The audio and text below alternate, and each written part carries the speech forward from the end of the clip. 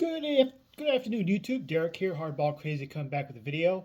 Today, I'm gonna give you some Hall of Fame thoughts that I've been trickling in my head for the last few weeks and or sooner, and t- watching these players and thinking, are these guys Hall of Famers? I say yes. I think there will be Hall of Famers. Three active players and two players at the end. I'm a little less bullish, but I have a couple thoughts on too.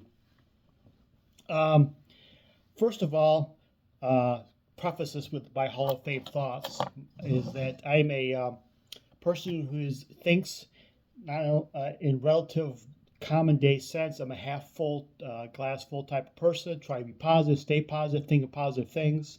So that's one thing you got to think about when I talk about this. And two is I'm a bigger Hall guy, not a big Hall guy, but a bigger Hall guy. I don't want to think he gets watered down, but I do believe we should celebrate more players that we not just the inner circles, and celebrating more players is not a bad thing, and so keep that in mind. And um, when I say future Hall of Famer, does not necessarily mean that he's a first ballot Hall of Famer or he gets voted in by his tenth, the last vote by the regular BBWAA or Veterans Commit Era Committee, where you want to call it. Could be any of those ways to get in. He's a Hall of Famer, no matter how he gets in or how many years it takes. Because you walk in the plaque room, it does not differentiate how he got it. The Hall of Famers got in. They do not separate them. They do not note how they get in. They are all equal Hall of Famers. Yes, some are better Hall of Famers than others, but they're all Hall of Famers, and they no matter how they got in. So when I say Hall of Famer, that's how I think of a Hall of Famer. I don't necessarily means he's a no-brainer first ballot Hall of Famer like an Albert Pujols. It could be somebody down the line who like a Fred McGriff, who's a Hall of Famer, got in with era committee, but no doubt he's a Hall of Famer. So when I say guys a future Hall of Famer, take that into note too. I'm not necessarily mean these guys are first ballot Hall of Famers. They're Hall of Famers at some point in our lifetimes. I think they will get in. All right, so I'm thinking about three players I'm watching baseball this year. I was kind of like previous years kind of on the fence, but keep on watching them more and more and more, and the guys are still dominating. And I said, hell, they're Hall of Famers in my book. I think they'll end up being Hall of Famers. So those three players, I start with at two pitchers and a hitter. Start with the hitter first. Um, First one guy, I keep on watching him play. I said, dude, this guy's a Hall of Famer. He's a future Hall of Famer. He's not in right now, but he's still got work to do. But it's Kyle Schwarber. Um, yeah, he's a one-dimensional player. You might say he's if Dave Kingman like, but I say there's a big difference between the two of them. Dave Kingman played on some bad teams. Schwarber does have a lower batting average like Kingman. He's got high home runs, but Dave Kingman never played on very good teams at all his career. Schwarber's been on perennial winning teams, which I think helps. And he's been a leader on those type of teams, so that helps Schwarber over Kingman. And that Schwarber, even this is probably doesn't should not mean anything, but I think it does mean something. Dave Kingman wasn't very well liked amongst most um, accounts, but Schwarber is very well liked and very much a team leader. I think that counts too. And I think Schwarber is going to blow by Dave Kingman's career totals, anyways. Right now, Carl Schwarber's got like 361 career home runs. People might debate once he gets to 500 home runs, he'll be in the Hall of Fame. I say yeah, but I don't think 500. I think he's going to blow by 500. He's not going to be like at 502, 503. I think he's going to be like at 550 or maybe even close to 600. I don't know. Um, I believe watching him play, he's going to age well. He's not relying on athleticism or any crazy hitting tool. He just simple hitting tool, student of the game. Um, I think he's going to age well with modern day DH in both leagues, and I think he's going to go blow by. Like I said, I think he's going to blow by 500 home runs, and he's going to be a Hall of Famer. People's like, well, there's no debate anymore. He's a Hall of Famer. So when I watched him play, I'm thinking he's a future Hall of Famer. And by the way, he's already got 20 some career home runs in the playoffs. So he's clutch too. He's got moments, and that helps a little bit too. Even though we know the playoff stats with extended playoffs is can't really compare it to the old guys, but kind of shows you that he's clutch, and he's got moments, memories, and I think that all helps Kyle Schwarber to become a Hall of Famer, and I think he will become a Hall of Famer. Next up is a couple pitchers. I'm going to mention this with a couple with my thoughts I had. I could be totally off, but a thought I had. First one is oft injured is Jacob deGrom. Last couple starts has been a little bit of a clunker. He's going for win 100 right now, but he's been so good for so long. Even though he's oft injured, I think he's going to be a future Hall of Famer. He's ending his career strong, and I don't know how much longer he's going to pitch. I don't know when his contract's up and how long longer he's going to pitch, but I think he is also a future Hall of Famer. With pitching, we don't know because obviously the traditional counting stats we think of 300 wins, 3,000 strikeouts, and such. Nobody's coming even close to that anymore.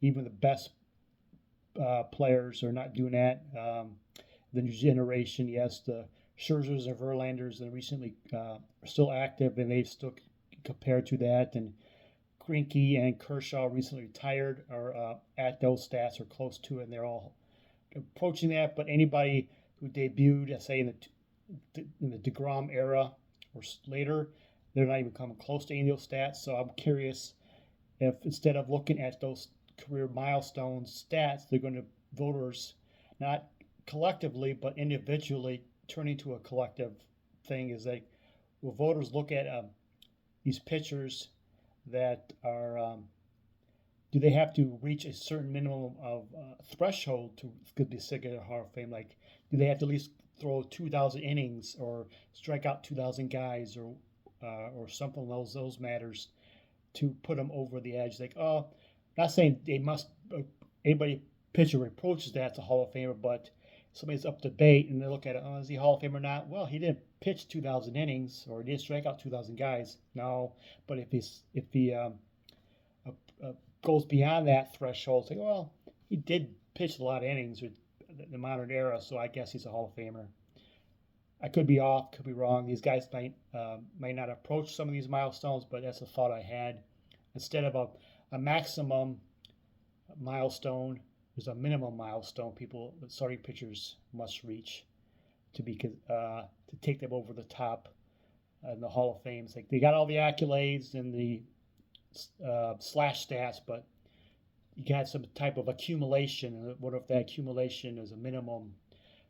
Some voters will look at and say, "Oh, did he just accumulate this much to put him over the top?" But Jacob deGrom is one of those guys I think will eventually get in. I think it's probably won't get in right away. He might have some years to get in, and so I'd say yes, he's a future Hall of Famer. And the other one is Zach Wheeler.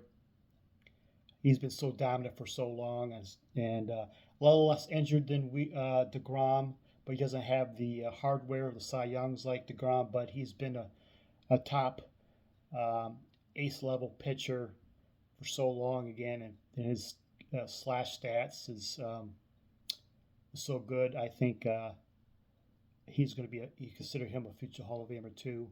He doesn't have the Cy Young, but he's got enough top 5 finishes, and he's been so good for so long that I think he might be I consider him a future Hall of Famer too.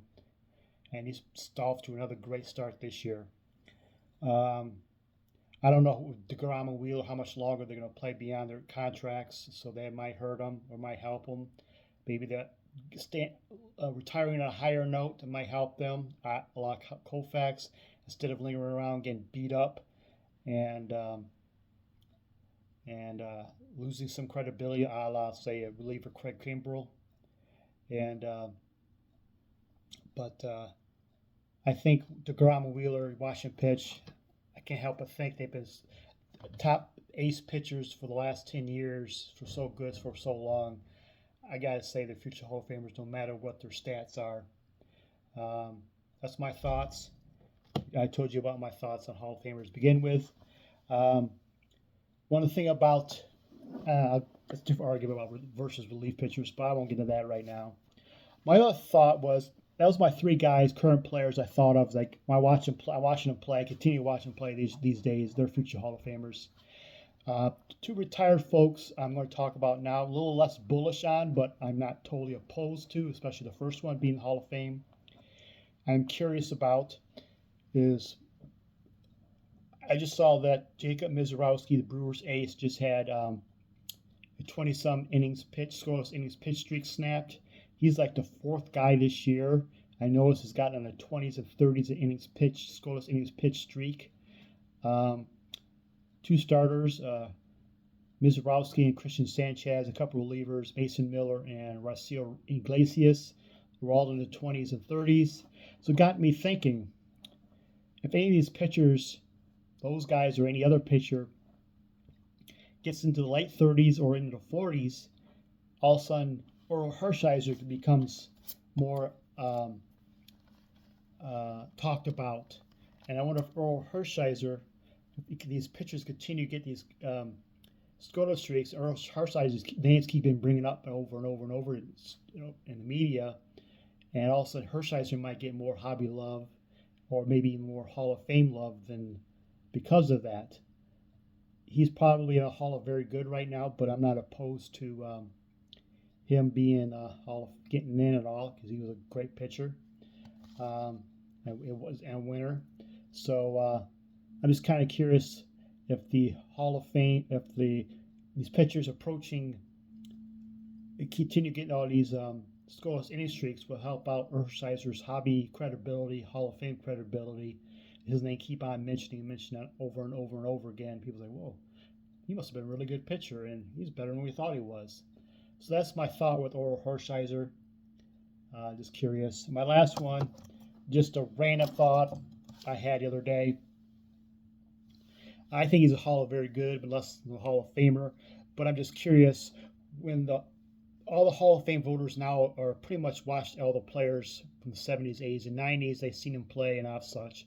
But what if the new generation of Hall of Famers come in and never seen these guys play, and they're basically totally relying on the stats like WAR, and by the time we're like in our retirement homes and stuff, these guys would get elected Hall of Fame just because they look back and stats, oh, this guy's got a 60-some WAR, and he's got 2,500 career hits, and he's a Hall of Famer, even though none of us thought he was a Hall of Fame player. I'm thinking somebody like a Buddy Bell. Is he going to be a future Hall of Famer when the next generation of voters who never seen these guys play just look at his baseball reference page and say, well, in the era committee, he's going to get on the ballot also, a whole bunch of people will vote for him in the Hall of Fame. Just curious. Probably not. This is the right up thought. The new generation of voters and such. And that's my Hall of Fame thoughts for the day, for a little bit. Thank you for watching. Have a good night.